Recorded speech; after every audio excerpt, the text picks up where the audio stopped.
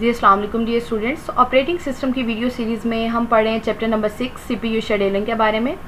इसमें हम पढ़ रहे हैं शेड्यूलिंग एल्गोरिदम, जिसमें हम 3 तरह के शेड्यूलिंग एल्गोरिदम पहले प्रीवियस वीडियोस में डिस्कस कर चुके हैं, जिसमें हम पढ़ चुके हैं पहले एफसीएफएस के बारे में, इसके बाद हम पढ़ चुके हैं सेकंड पे एसडीएफ के बारे में, और उसका एक एडवांस वर्जन भी हम देख चुके हैं, शॉर्टेस्ट रिमेनिंग टाइम फर्स्ट। आज की इस वीडियो में हम डिस्कस करेंगे priority scheduling. What is priority scheduling? So आज का लेक्चर स्टार्ट करते हैं। प्रायोरिटी शेड्यूलिंग बेसिकली क्या है? प्रायोरिटी से मुराद अगर मैं जनरल टर्म में आपको समझाने की ट्राई करूं तो प्रायोरिटी मीन्स क्या होता है कि किसी भी स्पेसिफिक पर्सन को या किसी भी स्पेसिफिक प्रोसेस को अहमियत देना या उसको इम्पोर्टेंस देना, मोर इम्पोर्टेंस देना as compare to other processes या as compare to other persons. अब होता क्या है, अगर मैं रियल लाइफ में अगर आपको एग्जांपल दूं तो अगर हम एक बैंक के एग्जांपल लेते हैं। सो बैंक में एक लंबी लाइन है और अगर मेरे पास जो है किसी हाई लेवल की या किसी भी पॉलिटिक्स वाले पर्सन की जो है वो सिफारिश है, तो क्या होता है कि मुझे उस लाइन में वेट नहीं करना पड़ता, मुझे डायरेक्टली जो है वो परसीव किया जाता है बैंक वालों की तरफ से। अब इसी तरह से ऑपरेटिंग सिस्टम के अंदर भी इस तरह की कुछ टेक्निक्स इम्प्लीमेंट की जाती हैं। एक प्रायोरिटी नंबर जो है, जिसको हम इंटीजर नंबर कह सकते हैं, वो हम हर एक प्रोसेस के साथ जो है वो एसोसिएट कर दिया जाता है। अब इसमें क्या होता है, CPU is allocated to the process with the highest priority. अब उस CPU पहले उस प्रोसेस को दिया जाएगा जिसकी प्रायोरिटी सबसे ज़्यादा होगी। अब प्रायोरिटी जो है वो डिफरेंट बुक्स के अंदर डिफरेंट मेथड के साथ वेरी करती है। लाइक हो सकता है कि अगर स्मॉलेस्ट इंटीजर है किसी प्रोसेस के साथ तो उसकी हाईएस्ट प्रायोरिटी है। हम जिस बुक को फॉलो कर रहे हैं तो इस बुक के अकॉर्डिंग हर एक प्रोसेस के साथ एक इंटीजर नंबर होगा और जिसका इंटीजर नंबर सबसे कम होगा उसकी प्रायोरिटी जो है वो हाईएस्ट होगी। अब इसको हम दो तरह से पढ़ते हैं, प्रीएम्प्टिव और नॉन प्रीएम्प्टिव के हवाले से। SJF is priority scheduling where priority is the inverse of predicted next CPU burst time. अब SJF को भी वो कहता है कि हम प्रायोरिटी शेड्यूलिंग किस तरह से कह सकते हैं कि अगर हम नेक्स्ट CPU बर्स्ट टाइम पहले से ही फाइंड आउट कर लें कि ये जो नेक्स्ट जो है आपके पास प्रोसेस, इसका बर्स्ट टाइम इतना है, तो ऑफ कोर्स मुझे पता चल जाएगा कि इस प्रोसेस ने इतना टाइम लेना है, इस प्रोसेस ने इतना टाइम लेना है। सो मैं उसके अकॉर्डिंग जिसका बर्स्ट टाइम सबसे शॉर्ट होगा, तो मैंने यही कहा कि जिसका स्मॉल इंटीजर होगा उसकी प्रायोरिटी जो है वो सबसे ज़्यादा होगी। तो उसमें जो है वो मैं उस इंटीजर नंबर वाले प्रोसेस को पहले परसीव करूँगी जिसका इंटीजर नंबर जो है या जिसका बर्स्ट टाइम जो है वो सबसे कम होगा।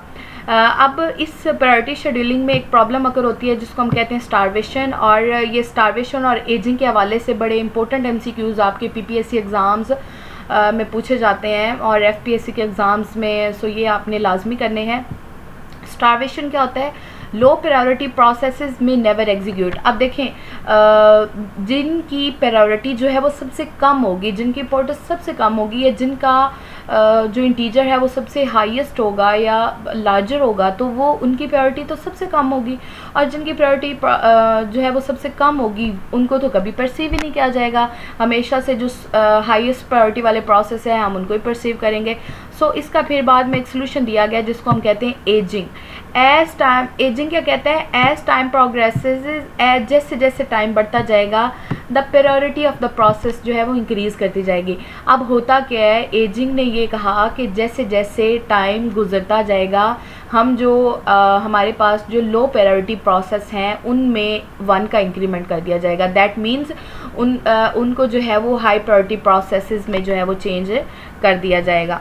इसका एक न्यूमेरिकल शॉर्ट सा देख लेते हैं ताकि आपको जो है वो मज़ीद इसकी अंडरस्टैंडिंग हो जाए। यहाँ पे हमारे पास 5 प्रोसेसेस हैं, P1, P2, P3 and P4 and P5। इसका बस टाइम आप देख सकते हो और इनकी आप प्रायोरिटी देख सकते हो। अब अगर इसमें मैं आपको बताऊं तो सबसे जो लोएस्ट प्रायोरिटी है वो P2 की है, क्योंकि जो हमने कहा जिसका सबसे स्मॉल इंटीजर होगा उसकी प्रायोरिटी जो है वो सबसे कम होगी। और हम इसको SJF का इन्वर्स इसलिए कह रहे हैं, प्रीवियस स्लाइड में हमने पढ़ा कि ये शॉर्टेस्ट जॉब फर्स्ट का इन्वर्स है। क्यों? क्योंकि उसमें भी हमने यही पढ़ा था कि जिसका बस टाइम सबसे कम होगा उसको हम पहले परसीव करेंगे। सो P2 को पहले जो है वो CPU एलोकेट किया जाएगा। इसके बाद हम देखते हैं P2 जो है वो रिमूव हो जाएगा। इसके बाद जो है वो P5 आएगा, क्योंकि सबसे जो है वो प्रायोरिटी जो है वो स्मॉल इंटीजर P5 की है। P5 को टोटल जो है वो 5 सेकेंड्स उसका बस टाइम था, तो P5 को एलोकेट कर दिया जाएगा। इसके बाद हम देखते हैं P1 जो है इसकी प्रायोरिटी ज़्यादा है और इसको टोटल 10 सेकेंड्स चाहिए बस टाइम के, तो इसके बाद हम P1 को CPU एलोकेट कर देंगे। अब नेक्स्ट हमारे पास 2 प्रोसेसेस बचे हैं, P3 एंड P4। अब हम P3 को CPU एलोकेट करेंगे क्योंकि इसकी प्रायोरिटी जो है वो ज़्यादा है। अब इसको टोटल जो है वो 2 सेकेंड्स चाहिए, तो ये 3 पे टर्मिनेट हो जाएगा। अब लास्ट पे हमारे पास P4 बचा है जिसकी प्रायोरिटी सबसे कम थी और इसका बस टाइम लेकिन 1 था। लास्ट पे जो है हम P4 को एलोकेट करेंगे और इसमें आप देख सकते हो इसका अगर हम एवरेज वेटिंग टाइम निकालें तो ये 8.2 मिलीसेकेंड्स आएगा। और इसमें हम यही एक प्रॉब्लम डिस्कस करते हैं प्रायोरिटी शेड्यूलिंग में, स्टारवेशन की एक जो है हमारे पास, कि हमारे पास जो लो प्रायोरिटी प्रोसेसेस हैं वो एक लॉन्ग टर्म प्रोसेसेस के पीछे जो हैं वो रहते हैं, जिसकी वजह से जो है वो हमारे पास ये एक प्रॉब्लम है और इसका हमने फिर बाद में सलूशन दिया एजिंग। तो ये हमारे पास था priority scheduling. I hope you understand. Thank you, take care.